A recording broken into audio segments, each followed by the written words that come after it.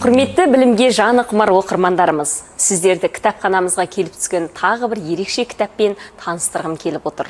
Шығыс Қазақстан облысының тумасы, жерлесіміз, өз өлкесі үшін ұшқыр ойларымен, талантты талғамдарымен, оқырмандарының жүрегінен ойып орын алған журналист Азамат Қасымның қаламынан туған ел әңгімеші деп аталатын 4 бөлімнен тұратын мына шығармасы.